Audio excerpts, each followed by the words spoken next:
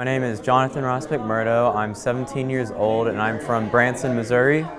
Ross, Alex Fishman with American Century Investments. How are you today? Well, on behalf of the Dream Factory and American Century Investments, we'd like to invite you to our golf tournament here in a couple weeks in Lake Tahoe, the American Century Championship, and be able to take you and your family out there for a few days and have some fun with golfers and celebrities. How does that sound? It means everything. It's awesome. Like, I don't know what to say. I'm shaking. It's exciting. It's a dream come true for him, and I mean, it's a miracle that he's even here. Honestly, from the time I was told that he was going to have kidney problems, I always felt like I would be his donor. My mom was a perfect match. Somebody I love, somebody that's there for me.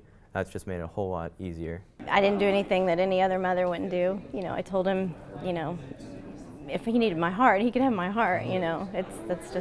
I'm just thankful I could do it.